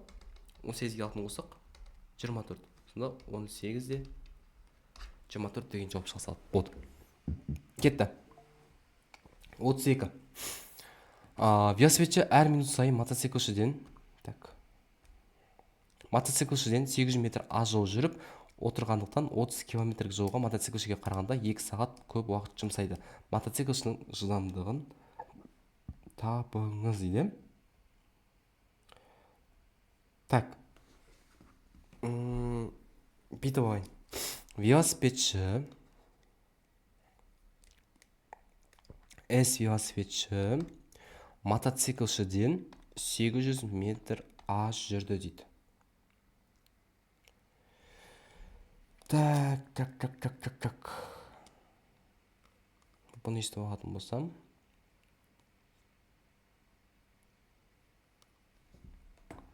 Қай жақ болады?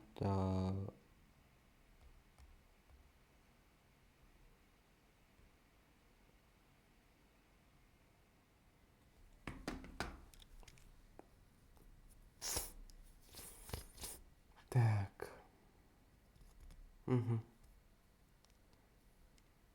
2 сағатқа аз жүрді дейді. Енді мен бітейін. Мынау метр болса, мен 30 километр тоже неге анырайын, метрге. Сонда 30 мың бөлінген мотоцикл ш дейін. Мотоцикл ш в мотоцикл ш болады. Так, мотоцикл шге қарағанда 2 сағатқа көп не істейді дейді. Сонда 30 мың бөлінген в велик азайтқан 20. Бізде 2 сағатта 20 минут бір. И чё? Жоқ, подожди. Так, мен не қылып жатырмын жалпы? Әр минут сайын 800 метр жол жүріп өтті дейді. Получается, минус 800 болады. Мына мотоцикл жейін, мына велик дейінші. Не шығады жүта бізде?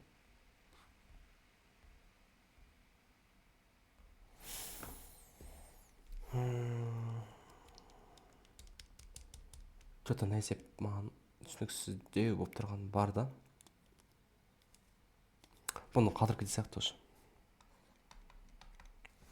Кетті. 33. Так, 33-ті мен... Так, қақта шығардым 33. Жоқ, 30 шығады екен. Кетті. Арғаштығы 540 км болатын екі қабаның арасын бірінен... Так, екіншіден шыққан машинаны алғаш 4 сағатта 90 км жүрген дейді. Қалған жолда 60-пен жүретін болса,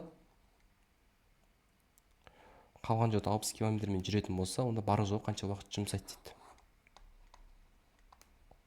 Енді қараңдар. Мынау 4 сағатпен 90 км-мен жүрді, дұрыс па? Получается, бұл екеуін көбейтсек, бізде общий S 360-пен жүрді. Кетті. Енді бұл мына жол қанша уақытта жүрген тауышы мен 540-тан азайтамын қанша? 360. Значит, 180 км. 180 км жүрді. Вот, қанша уақытта жүрген тауышы мен 180-ді бөлемін 60-қа. 3 сағат болды. Бастапқы 4 сағатымыз бар, и соңғы 3 сағатымыз бар. 4 кеш қоссақ 7 шыға салады екен. Вот, осылай шығады салады десеміз. Кетті. А және В пункттерінен бір мезгілде бір-біріне қарама-қарсы бағытта екі автомобиль шықты.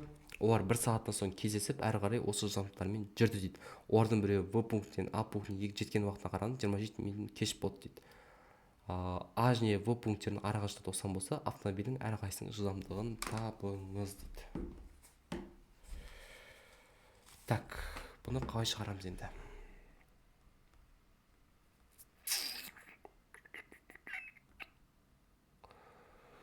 Так, кетті. Сызайын суретін. А және В пункттерінен бір мезгілде бір-біріне қарама-қарсы екі автомобиль шықты дейді. Мынау былай.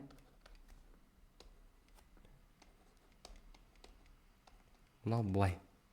Кетті. Олар 1 сағаттан соң кездесіп, әрі қарай осы жылдамдықтармен жүрді дейді. Олардың біреуі В пунктінен екіншісінің А пунктіне жеткен уақытына қарағанда 27 минутқа кеш жетті дейді. Получается, мынаны В1 деп алайық, мынау В2 деп алайық. Получается, В1 пунктіне екіншісінің А пунктіне жеткен уақытына қарағанда 27 минутқа кеш жетті дейді. Получается, уақыт бойынша менде S общий 90 болып тұр, екеуінің арасы. 90 бөлінген В1 тең болады 90 бөлінген В2-ге қарағанда 27 минут кеш дейді.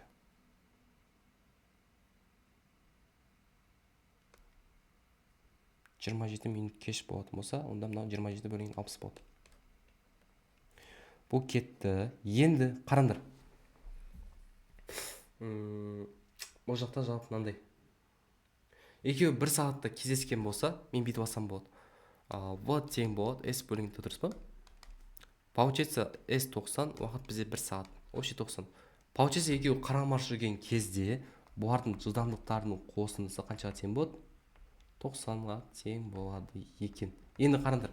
Вариантпен істейтін болсақ, 60-қа 30 қосақ 90, 70-ке 20 90, 45-ке 40-қа 50 90, 50-ге 60 110 болып кетеді. Мына жауап уже жб қате болады бізде. Мына жауап жб қате болады. Кетті. Сонда v1 плюс v2 90 км сағат жасалады екен. Болды. Так, сонда бізде есебіміз не шығады бұл жақта? Көрейік. Есебіміз бұл жақта не шығады?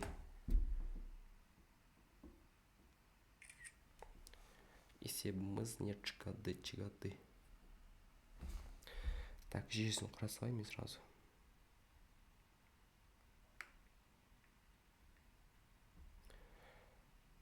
Так, 90 x плюс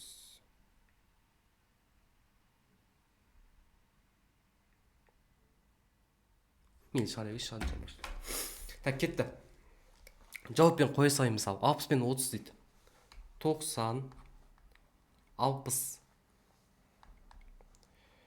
Так, 90 60 90 30 азайтқан 27-те 6. Так, бұл кезде 1,5, мына жақта 3, мына 27-ті 60-қа бөлсек 0,45. Получается 3-тен 0,45-ті алған кезде менде 1,5 шыға ма? Шықпайды. Мына да қате болады. Кетті ұшы. Біріншіден қате болса, біз сразу қате болды. Так, кетті. Екіншісін қойып көрейік. 70 пен 20 дейді. Мынаған 70, мынаған 20. Так, 70 пен 20 болатын болса, 90 70-ке бөлсек 1-де 28 шығады дейді. 90 20-ға бөлсек 4,5 шығады. Азайтам бағана маяқтан 0,45. Азайтқан кезде теңесе ма деген сұрақ. 1-де 28 теңеседі 0,4-те 0,5-ге. Теңеспейді. Болды. Осында біздің дұрыс жауабымыз мынау С жауап шыға салады. Көрейік. Мынау 40, мынау 50 болған кезде. Так, 90-ды 40-қа бөлейік. 2-де 25, 90-ды 50-ге бөлейік. 1-де 8 тең болады. Азайтқан кезде қанша болады? 20-ны 60-қа бөлсе 0,45. Мына екеуінің орны шатасып кетті, осы корей есебі осы. V2 дейікші, мынау 2, мынау V1. Сонда 1-де 8-ден азайтамын. Қанша шығады ма? 2-де 25. Сонда 2-де 25-тен 0,45 алатын болсақ, бізде 1-де 8 шығып тұр болды. Біздің дұрыс жауабымыз осы С жауабына сәйкес келіп тұр екен. Келесі 35. Так, арақашықтығы 84 км болатын А пунктінен В пунктіне велосипедші шықты. Екі сағаттан оған қарама-қарсы мотоциклші В пунктінен А пунктіне қарай шықты. Мотоциклшінің жылдамдығы велосипедшінің жылдамдығынан 48 км сағатқа артық. Олар кездесу мезгілінде велосипедшінің мотоциклшінің 16 км кем жүрген белгілі болса, онда қандай жылдамдықпен жүргенін табыңыз дейді. Так. 36. Так, 36 мен шығардым ба? 36. Так, сызайын бірінші суретін. А-дан В-ға шейін 84. А пунктен Б пунктіне қарай велосипедші шықты дейді. Велосипедші шықты дейді. 2 сағаттан соң оған қарама-қарсы мотоциклші шықты дейді тоже.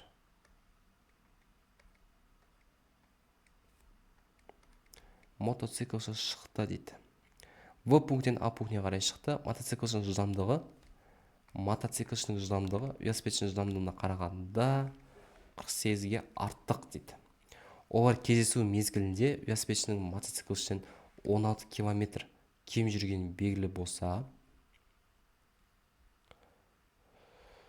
так, С велосипедші С мотоциклшіден 16 км кем жүрген дейді. Болды. Осыны қолданып бізді қазір шығарамыз енді. Так, енді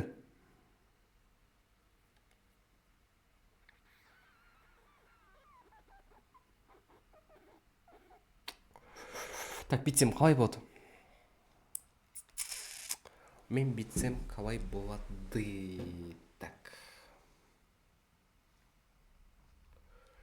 Что там мынау не толлау себеген тоже.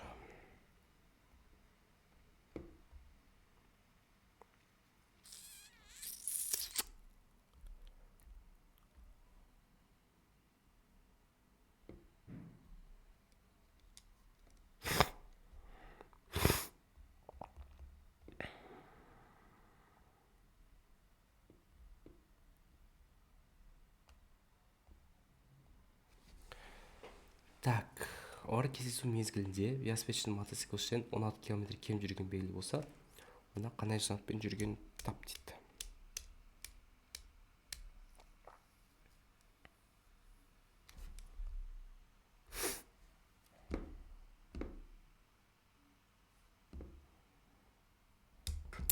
Так, 84-ін 16-ын жүріп тастады мына жерде, сонда получается. Азы жүретін болсақ, сонда 68-ді 68 кетті. Сонда бізде мына жақтан жаңағы велосипедші шықты.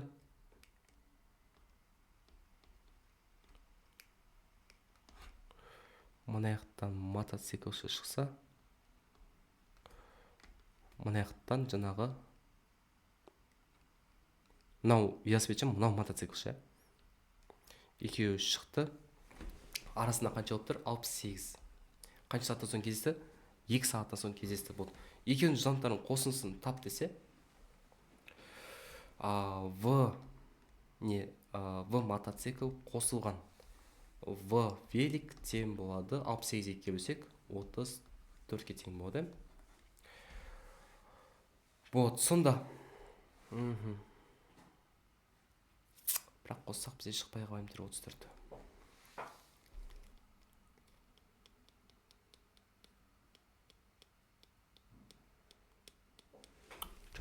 Что-то не то, нәсе. 68-бен кездесті, дұрыс па? 2 сағаттан кейін.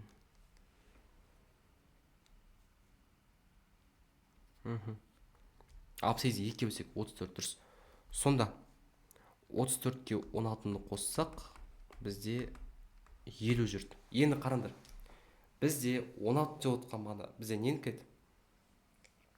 Арасында 2 16 60 болса. Так.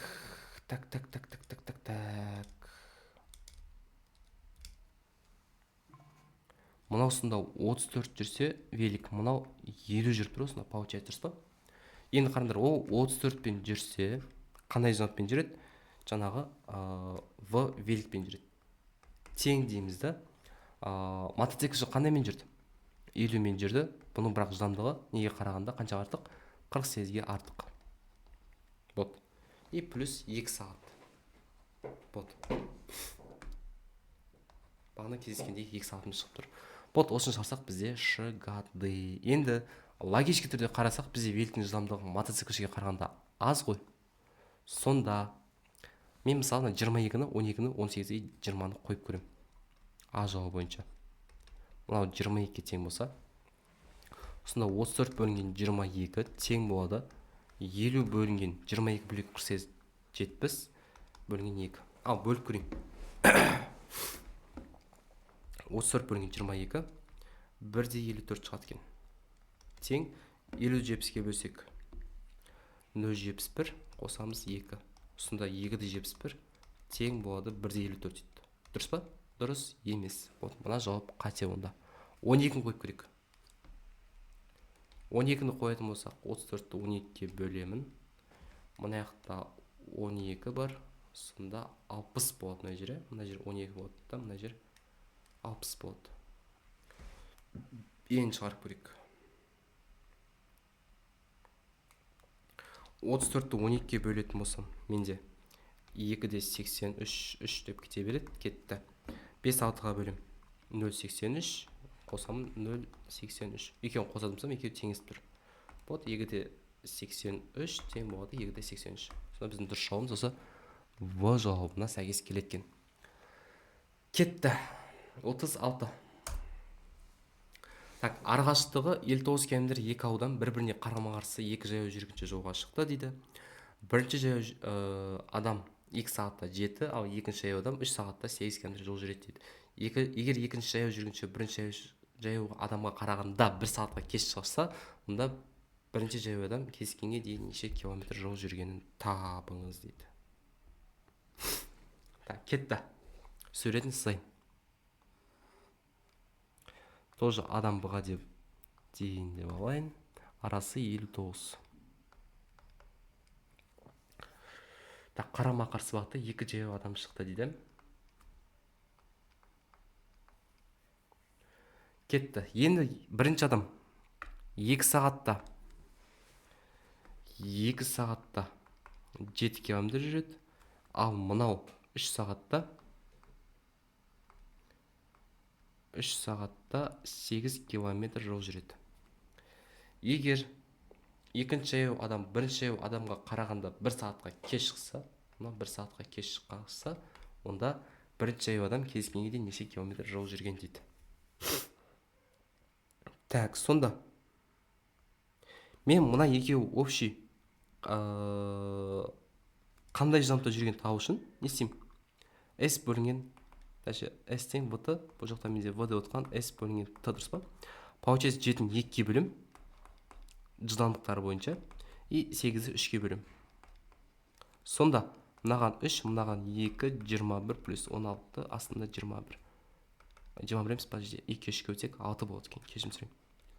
Сонда 37-ні мен 6-ға бөлем. Бұл бізде сонда получается жылдамдығы. Бұл кетті ғой. Енді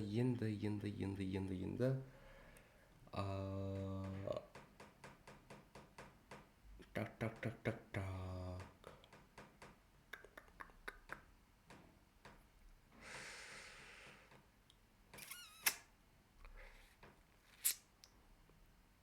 Енді қараңдар, бұл жерде мынандай нәрсе бар енді. Мынау 1 сағаттан кейін шықты деп тұр ғой. Получается, мынаның басапыда сол 2 сағатта жүргенде жылдамдығы бізде 7/2 3,5 ба? Мынау бірінші жаяу жүрген 3,5. 1 сағат жол жүргенде получается ол 3,5 км жол жүреді ғой. Бірінші адам мынау 3,5 км жол жүреді. 3,5-ға 1-ді көтсек 3,5 км жол жүреді. Кетті. Сонда мына жақтағы астадық 59-дан 3,5 болса қанша болады?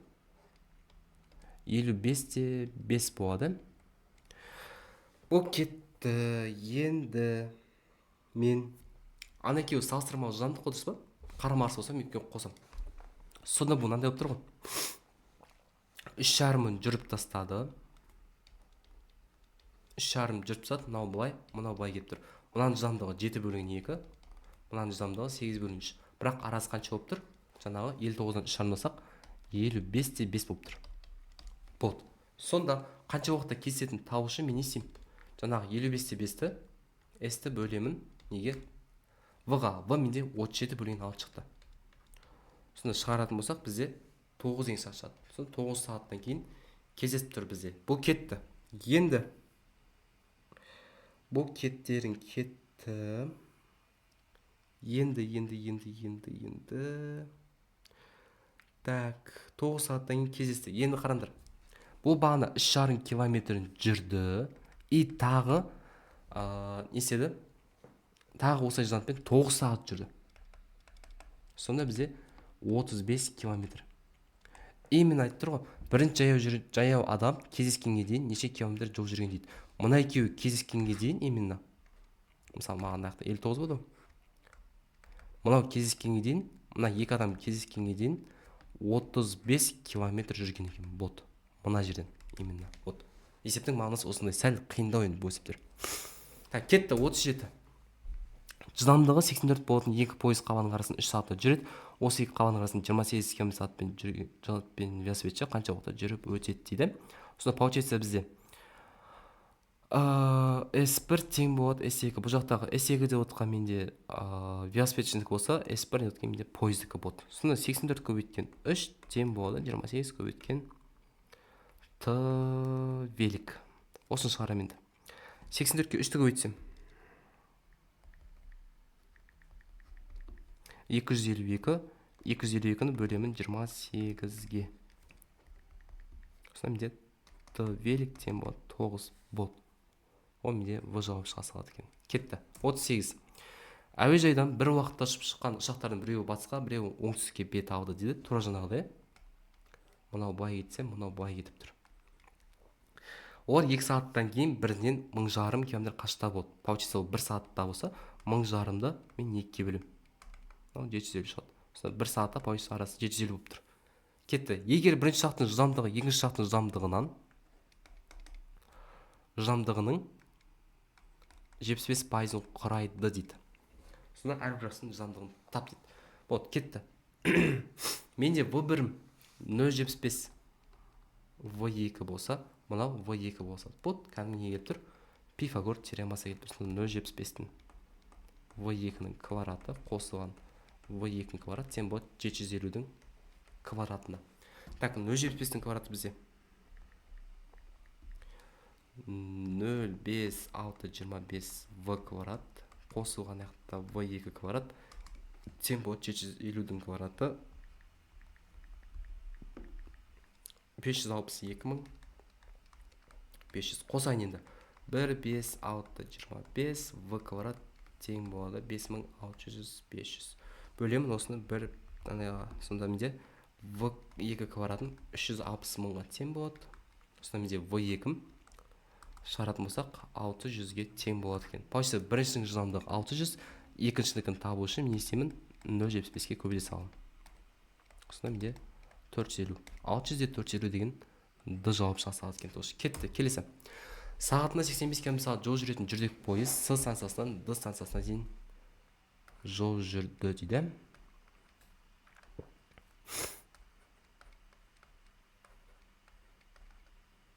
Пен жол жүрді дейді. Кетті. 1 сағат өткеннен кейін оған қарама-қарсы Д станциясынан 45-пен жүретін жүк пойызы шықты дейді. Егер С-ның ұзындығы 605 болатын болса, онда Д станциясынан 2 пойыз қандай қашықта кездескен табыңыз дейді. Кетті. Тура жаңағыдай сценарий, бағана осыған сөйлесіп. Бұл 1 сағаттан кейін шықты деп тұр, мынаушы. Получается, 1 сағатқа дейін бірінші пойыз какой-то бір жол жүрді ғой. Ол қандай жол десеңдер? 85-ге бірді көйтем. Сонда S тең болады, 85-ге бірді көйтсем 85 жүрді. Вот, кетті. 85 жүргеннен кейін мен 605-тен 85-ті аламын. Сонда қанша болады? 520 болды.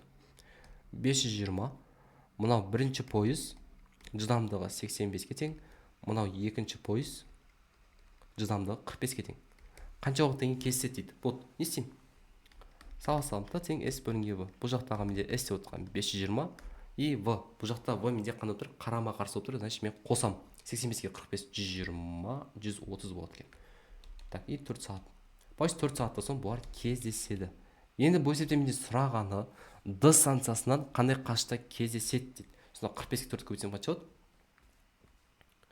45-ке 4 сағат бізде 180 километрде кездеседі. Міне. 180 километр болған кезде екі пойыз бір-бірімен кездеседі екен. Вот мағынасы осыда. Кетті. С кетті жауабымыз. Соңғы есебіміз шүкір алла дейік. Так, ұзындығы 100 метрге тең шеңбер бойымен екі дене қозғалып келеді дейді. Я, бай қарай. Шеңбер бойымен екі дене қозғалып келеді. Олар бір бағытта қозғалып, әрбір 20 секунд сайын кездеседі дейді. Ал если қарама-қарсы болса, әрбір 4 секундтан сайын кездеседі дейді. Мынау былай кетсе, мынау былай кетсе. 4 секундтан соң кездеседі дейді. Сонда әрбір дененің 1 секундтағы жылдамдығын тап дейді. Бұл кезде не істейміз? Общий арақашықтық бізде S 100 болып тұр. Шеңбердің ұзындығы. Кетті. Енді, если бізде қарама-қарсы болатын болса, мен не істеймін? 100-ді бөлемін 4-ке, оны теңестіремін. V1. Так, бір бағытта болса, мен азайтам. V1 минус V2. Бұл кетті. 100-ді бөлемін. Так, подожди. Әрбір 20 секунд сайын бір бағытта болса, мына 20 болды онда. Қарама-қарсы болса, мен екеуін 4-ке бөлемін. Сонда V1 плюс V2. Вот. Осын шығарам енді 5 тең болады V1 минус V2. Мынау бөлетін болсам 25 шығады. V1 плюс V2. Вот. Қандай екі санды қоссақ 25 шығады, азайтсақ 10 шығады. 15 пен 10, 15-ке 10-ды қоссақ 25. азайтсақ 5 шығады. Мына екеуін қосқанда 45 шығып кетеді, екеуін қоссақ 22 шығып кетеді, мына жақта 35 шығып кетеді. Вот біздің дұрыс жауабымыз осы А жауабы шыға салады екен. Вот кетті. Есебіміз аяқталды. Тақырып түсінікті болды деген ойдан барынша түсіндіруге тырыстым. Кейбір есептер шықпай қалды, өкінішке орай сәл қиындау болған соң енді. Енді келесі тақырып бізде шатаспасам тізбектер, арифметикалық орта, геометриялық прогрессия. Орта деппін ғой. Арифметикалық прогрессия, геометриялық прогрессия. Қазір солардың есептерін бұйырса шығаратын боламыз. Көрсенше аман саулықта давайте. Қанша сағат болды? Ё-май, 1 сағат.